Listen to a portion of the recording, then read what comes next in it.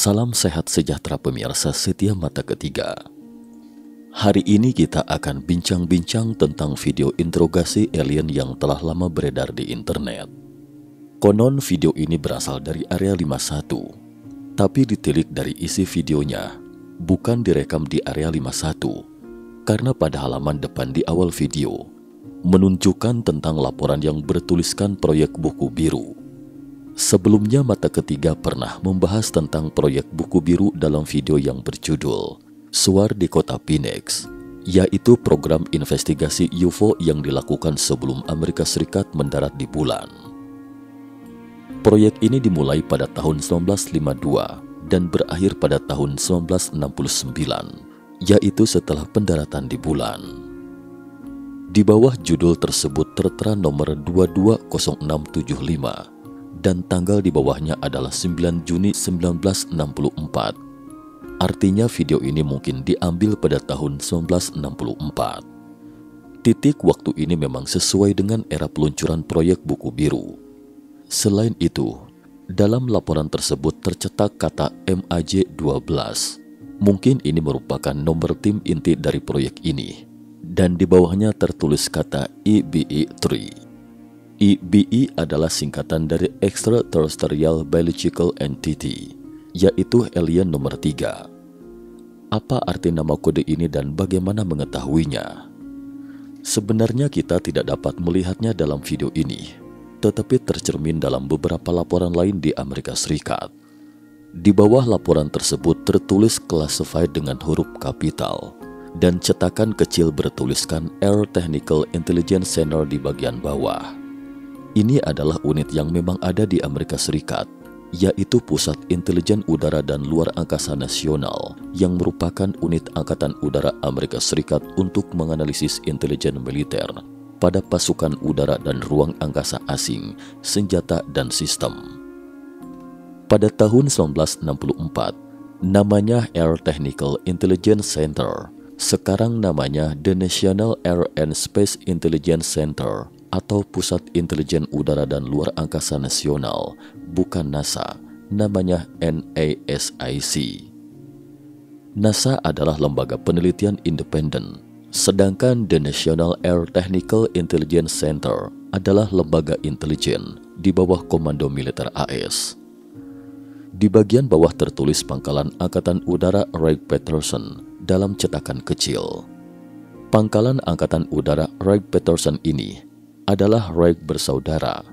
Ketika Wright bersaudara melakukan uji coba penerbangan, mereka melakukannya di dekat pangkalan angkatan udara ini. Jadi, belakangan kemudian pangkalan angkatan udara dinamai Wright bersaudara. Dan satu hal yang paling terkenal tentang pangkalan angkatan udara ini adalah bahwa piring terbang dan alien diangkut ke pangkalan angkatan udara ini dalam insiden UFO Roswell. Jadi ini adalah pangkalan yang sangat terkenal di dunia UFO. Oleh karena itu, banyak isi di awal video ini sesuai dengan legenda yang beredar. Video ini dibagi 3 bagian, tetapi sebenarnya sebuah rekaman video utuh. Karena di tengah-tengah pembuatan video, proses rekaman sempat 2 kali dihentikan sementara. Secara keseluruhan durasi video berlangsung sekitar 15 menit. Isinya adalah rekaman interview alien. Dalam proses rekaman ini, interrogator tidak menampakkan diri, hanya terdengar suaranya. Okay, yesterday you told us you traveled, and I quote, thousands of light years to get here. Namun suara ini sepertinya telah diproses. Terkesan nada suaranya telah diubah. Sementara itu, tidak diketahui secara pasti apakah nada suara alien ini juga diubah.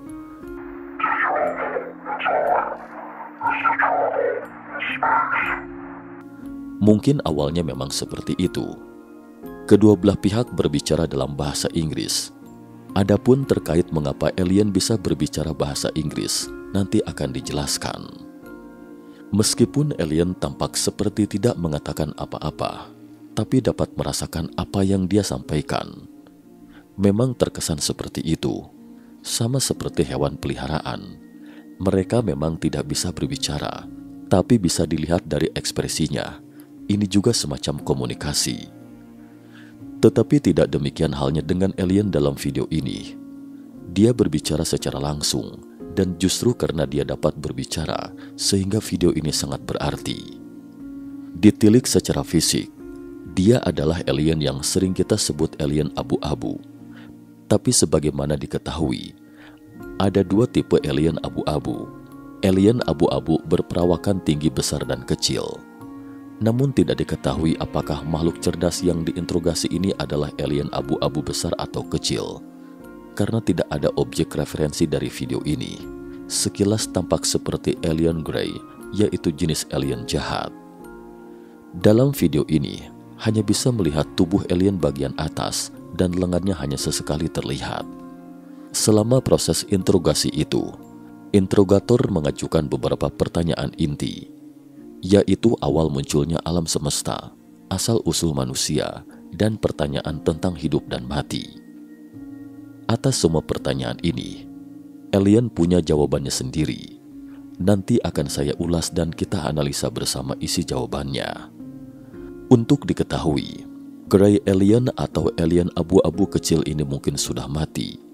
Grey alien yang diinterogasi ini adalah alien nomor 3 dengan kode EBE-3. Berikut mari kita lihat video pertama. Sebelumnya salah satu staf bertanya apakah sudah bisa mulai merekam. Staf di sebelahnya sepertinya memberi isyarat untuk mulai merekam. Kemudian sang interrogator mulai mengajukan pertanyaan. State planet of origin? Pertanyaan pertama adalah dari mana Anda berasal? Alien itu menjawab bumi. Interrogator menghela nafas dan dengan nada kesal berkata, Okay, yesterday you told us you traveled, and I quote, thousands of light years to get here. sebelumnya Anda bilang datang melalui perjalanan antar bintang, melalui perjalanan ribuan tahun cahaya. Tell us the truth, or another meteor. Harap beritahu kami yang sebenarnya. Jika tidak, kata interrogator dengan nada seakan mengancam. Sebenarnya dalam proses interogasi itu, ada desakan yang memaksa alien untuk mengatakan secara jujur. Alien itu menjawab bahwa apa yang dikatakannya itu adalah fakta yang sebenarnya.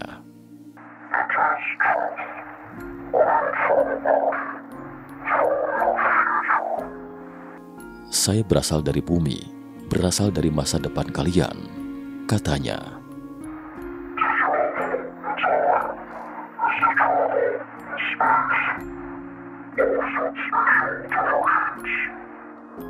Perjalanan waktu alien ini sama dengan perjalanan antar dimensi. Di bagian terakhir alien mengatakan sesuatu yang sulit dipahami, disebut memperbaiki perbedaan ruang dan waktu. Terkesan menyeratkan bahwa ruang waktu paralel akan tercipta melalui perjalanan waktu, dan dua ruang waktu akan menyilang dalam ruang. Dengan memperbaiki dislokasi ini, dapat kembali ke masa lalu. Namun alien tidak menjelaskan lebih lanjut di bagian ini. Tetapi menurut hukum fisika kita saat ini, rasanya sangat sulit mewujudkannya. Lagi pula, Hawking pernah mengatakan dalam bukunya A Brief History of Time bahwa pergi ke masa depan itu memungkinkan, tetapi kembali ke masa lalu itu hampir tidak memungkinkan. Tetapi di sini juga menyiratkan bahwa melalui pergerakan ruang dan waktu tertentu, harus balik waktu itu dapat diwujudkan. Jadi kesimpulannya adalah bahwa ia datang ke bumi masa lalu melalui pembalikan ruang dan waktu dan pergerakan fisika untuk mewujudkan arus balik waktu. Jika memang dia adalah alien dari bumi masa depan, interrogator pun bertanya kepadanya. So I take it aliens took over our future, right? Apakah bumi masa depan di bawah kendali alien? Tidak, jawab alien. Interrogator kemudian bertanya lagi. So you're human? Anda ras manusia.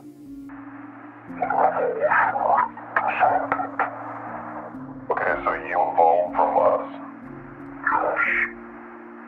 Alien mengatakan bahwa kami adalah keturunan dari evolusi kalian. Dia adalah keturunan kita dan telah berevolusi. Mungkin ada sebagian video yang sudah dihapus, karena di awal video tadi terdengar interrogator mengatakan, bahwa sebelumnya alien bilang datang ke bumi melalui perjalanan waktu. Okay, yesterday you told us you traveled, and I quote, thousands of light years to get here. Yes. Ini mungkin bagian wawancara terakhir, tetapi tidak ada rekaman video yang beredar. Selanjutnya, interrogator kemudian mengkonfirmasi lagi terkait klaim alien yang mengatakan berevolusi dari kita. So what are you doing here now? Lalu apa yang Anda lakukan di sini sekarang? Tanya interrogator.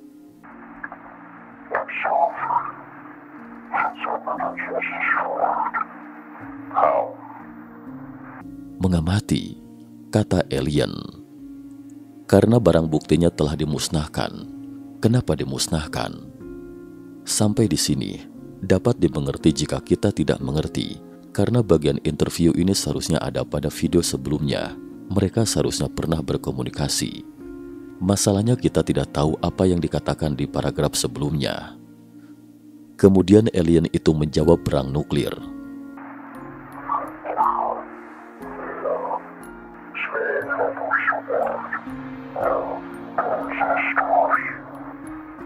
Hanya sebagian kecil manusia yang beruntung selamat. Mereka adalah nenek moyang kita. Okay, so how about we concentrate on your time? Berikut ini, mari kita fokus pada era kalian.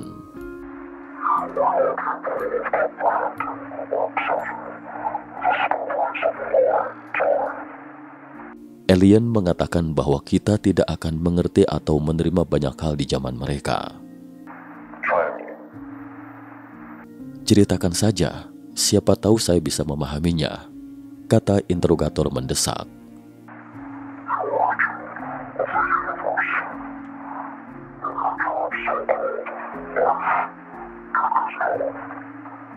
Alien menuturkan misalnya kita sudah tahu tentang asal-usul alam semesta dan arti kehidupan.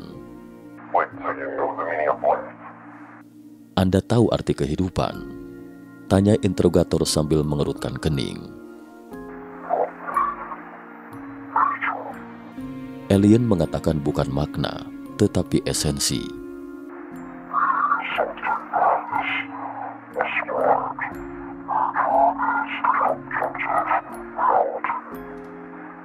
Menurut alien, apa yang disebut makna itu adalah alasan yang sengaja dicari agar sesuatu menjadi masuk akal.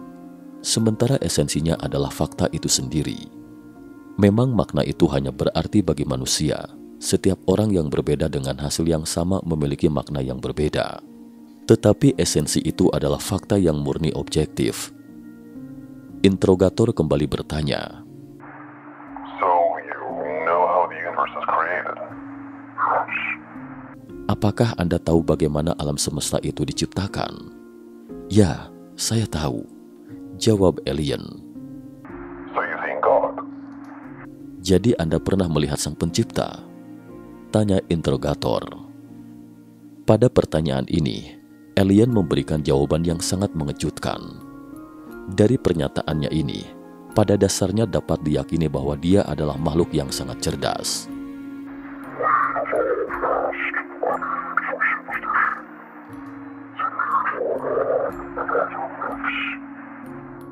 Dia mengatakan mereka telah berevolusi ke titik di mana mereka tidak perlu lagi sesuatu yang hanya berdasarkan pada khayalan belaka. Mereka tidak membutuhkan dewa, juga tidak perlu mitos lagi. Apa maksudnya? Artinya, seperti yang diketahui, bahwa di dunia biologi yang kita amati saat ini, hanya manusia yang menganut keyakinan, baik itu keyakinan pada sang pencipta, kepercayaan pada alam, atau kepercayaan pada sains. Setiap orang memiliki kepercayaannya masing-masing. Mengapa manusia membutuhkan kepercayaan? Ini juga yang selama ini ingin ditemukan jawabannya. Saat ini ada pandangan bahwa manusia terlalu lemah terhadap lingkungan alam dan tidak cocok untuk hidup di bumi. Dari sudut pandang fisiologi, manusia lebih rapuh dari hampir semua makhluk hidup di dunia. Jika ingin bertahan hidup di lingkungan alam yang sangat keras ini, manusia perlu struktur masyarakat. Banyak orang berkumpul untuk melakukan satu hal dan masyarakat membutuhkan kepercayaan. Sementara hewan pada dasarnya tidak memiliki masalah ini, jadi mereka tidak membutuhkan kepercayaan. Misalnya semut, mereka memiliki struktur sosial. Alasan mengapa mereka tidak membutuhkan kepercayaan, karena struktur sosialnya tertulis dalam gennya, baik itu semut pekerja atau semut tentara. Identitasnya sudah ditentukan sebagai pekerja saat lahir. Begitu ratu semut lahir, dia adalah ratu semut, tidak ada pilihan lain. Tapi beda dengan manusia. Manusia tidak memiliki struktur sosial yang ditetapkan secara genetik. Setiap orang dilahirkan sama derajatnya, sehingga setiap orang memiliki kesempatan menjadi kaisar atau raja. Untuk membuat masyarakat ini stabil, manusia menciptakan sesuatu yang disebut keyakinan, yang mengatakan bahwa semua keturunannya adalah raja.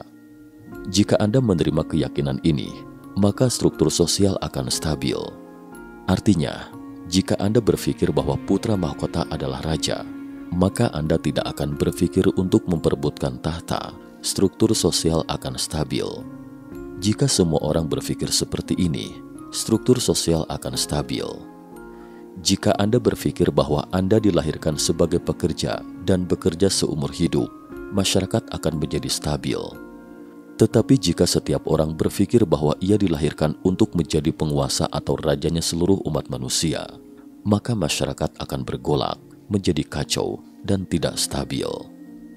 Karena tidak ada ikatan sosial dalam gen kita, ikatan pembagian kerja sosial, maka sudah dipastikan bahwa kita tidak dapat membentuk masyarakat yang stabil.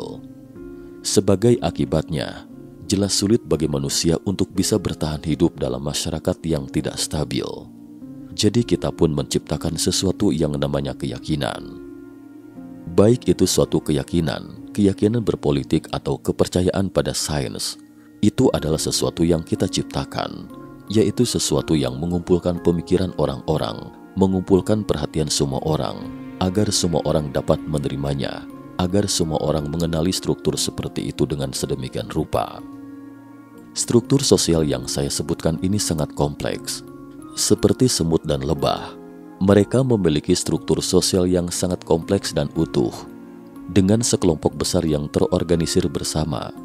Misalnya sekelompok serigala paling banyak hanya puluhan atau 20-an kawanan dalam satu kelompok. Tidak mungkin lebih dari 5.000 atau 10.000 serigala membentuk segerombolan serigala. Apa yang dimaksud dengan struktur sosial adalah struktur yang dapat mengumpulkan ribuan atau puluhan ribu orang secara bersama-sama.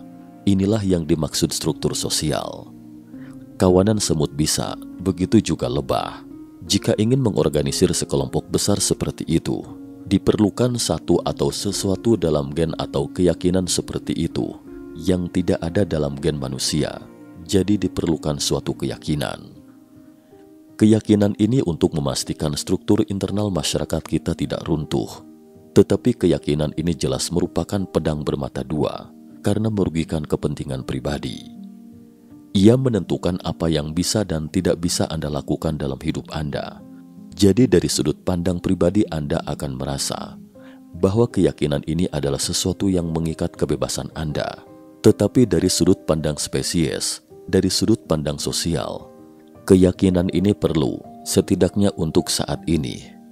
Karena keyakinan ini memungkinkan spesies kita untuk bertahan hidup dan menjadi penguasa bumi. Atau dengan kata lain, jika seseorang membentuk sebuah keluarga kecil yang beranggotakan 3 atau 5 orang, atau membentuk sebuah suku yang terdiri dari 30 hingga 50 orang, sulit bagi manusia untuk menjadi penguasa bumi. Banyak keyakinan dalam struktur sosial kita saat ini yang saling bertentangan. Sebenarnya salah satu faktor dalam ketidakstabilan struktur sosial kita saat ini adalah kita belum membentuk kesatuan keyakinan. Semut memiliki keyakinan yang menyatu pada gen mereka, tetapi manusia tidak. Karena keyakinan kita itu diciptakan, Anda dapat mencipta, saya juga dapat mencipta, bukankah celaka jadinya? Oleh karena itu, keyakinan kita yang diciptakan dengan kesadaran juga memiliki kekurangan dan harus ditulis dalam gen agar stabil.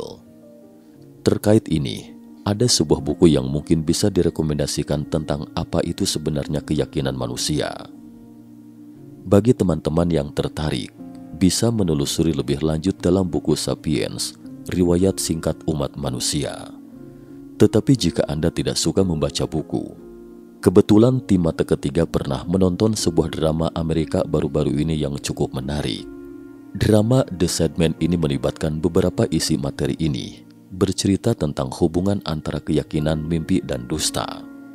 Film ini terkesan artistik dan esoteris, cukup mengesankan. Dia mengatakan bahwa dia telah berevolusi ke titik di mana dia tidak memiliki keyakinan, tidak ada sang pencipta, tidak ada lagi khayalan, dia tidak membutuhkannya lagi. Apa maksudnya? Mereka telah berevolusi ke titik di mana keyakinan mereka bukan lagi kesadaran, tetapi tertulis di dalam gen mereka. Faktanya, semut lebih maju dari kita. Bagaimanapun, fosil semut paling awal adalah 100 juta tahun yang lalu, sementara manusia baru eksis di bumi selama 200.000 tahun. Jadi, dari perspektif struktur sosial dan spesies, mereka adalah spesies yang lebih berkembang. Meskipun mereka tidak secerdas manusia, mungkin salah satu sebab mereka tidak secerdas kita, karena mereka tidak membutuhkan kecerdasan. Untuk bisa bertahan hidup di alam terbuka itu, tidak membutuhkan kecerdasan. Dan jika manusia ingin bertahan hidup, jadi mereka memiliki kecerdasan. Dan kecerdasan ini untuk menciptakan keyakinan ini untuk menyatukan manusia. Jadi dia memang berevolusi dari kita. Secara logika memang masuk akal. Tetapi di sini saya ingin menekankan bahwa bukan karena mereka lebih berkembang lalu menjadi lebih cerdas. Mereka mungkin tidak secerdas kita. Tetapi struktur mereka, struktur spesies mereka pasti jauh lebih stabil daripada kita. Perselisihan internal pasti jauh lebih sedikit. Jadi hanya berdasarkan dalih ini, saya pikir ini bukan sekedar video yang sederhana, tetapi memiliki makna yang dalam. Video ini memang tidak bisa dibuat oleh orang biasa pada umumnya. Dia menjelaskan beberapa masalah manusia yang paling mendasar dalam satu kalimat. Jadi pada poin ini, saya rasa kita tidak perlu terlalu peduli tentang apakah video itu sendiri benar atau salah. Anda bisa menganggapnya sebagai video fiksi ilmiah. Kuncinya adalah apakah materi video itu sendiri benar-benar menginspirasi. Interrogator kemudian bertanya lagi. Okay, illuminate us. What happens when we die? Apa yang terjadi ketika manusia meninggal?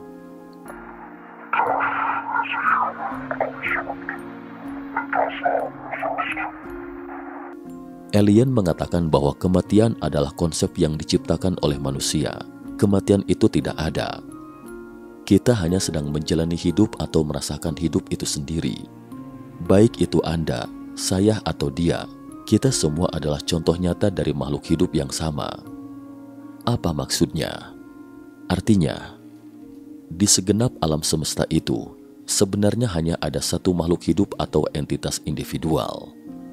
Ada bentuk kehidupan seperti itu, dan kita, termasuk semua makhluk hidup, seperti manusia, bunga, burung, ikan, dan serangga, itu semua hanyalah manifestasi revikasi dari makhluk hidup di alam semesta. Saya ambil contoh sederhana. Misalnya ketika berbicara tentang anjing, akan terlintas dalam benak orang-orang tentang aneka jenis anjing. Apa yang Anda bayangkan atau apa yang Anda lihat adalah perwujudan dari konsep seekor anjing. Mereka semua adalah anjing, tetapi anjing yang berbeda. Yang dimaksud adalah bahwa semua bentuk kehidupan kita ini sebenarnya adalah sesuatu, yaitu manifestasi konkret dari konsep kehidupan di alam semesta. Jika memang noumenon atau objek berkedudukan dari kehidupan itu adalah sebuah konsep, maka ia tidak memiliki batasan usia, tidak ada yang namanya kematian. Tidak ada kematian dalam konsep ini, dan kematian justru merupakan perbedaan antara perwujudan nyata dari noumenon kehidupan. Artinya, apa yang bisa mati itu adalah perwujudan nyata, dan apa yang tidak bisa mati adalah sebuah konsep, yaitu noumenon. Satu-satunya perbedaan antara keduanya adalah bisa mati atau tidak. Jadi melalui jawaban ini, kita dapat menyimpulkan bahwa alam semesta sebenarnya adalah kumpulan konsep. Setiap konsep menciptakan entitas, termasuk alam semesta, planet, dan termasuk Anda juga saya. Karena kita semua adalah entitas, maka kita semua akan mati, begitu pula alam semesta. Dewa juga merupakan sebuah konsep. Dia dapat menciptakan perwujudan nyata, seperti Yesus atau Zeus misalnya. Semua ini adalah perwujudan nyata. Tapi begitu menjadi perwujudan nyata, maka ia memiliki batasan usia, akan meninggal. Konsep ini adalah proyeksi di dunia nyata, tetapi proyeksi ini pada akhirnya akan didaur ulang. Mengapa konsep ini harus didaur ulang pada akhirnya? Karena harus ada kematian. Hal ini dapat dijelaskan dari sudut pandang pengembangan sistem kita. Ini lebih lanjut menjelaskan bahwa alam semesta sebenarnya lebih seperti komputer. Artinya ketika kita membuat banyak program dalam pengembangan sistem, pertama-tama kita akan mengatur beberapa konsep, kemudian membuat entitas pada konsep ini untuk menggunakan entitas ini. Tetapi entitas ini memiliki perbedaan besar dengan konsepnya, yaitu entitas akan menempati memori. Jika terlalu banyak entitas yang dibuat, memori akan penuh dan sistem akan error dan tidak bisa bekerja secara normal. Jadi setelah setiap entitas selesai digunakan, ia akan didaur ulang dan entitas itu akan dimusnahkan. Umumnya, hal ini akan kita lakukan ketika membuat pengembangan sistem. Cukup sekian dulu episode hari ini. Nantikan sambungannya pada episode terakhir. Terima kasih atas perhatiannya.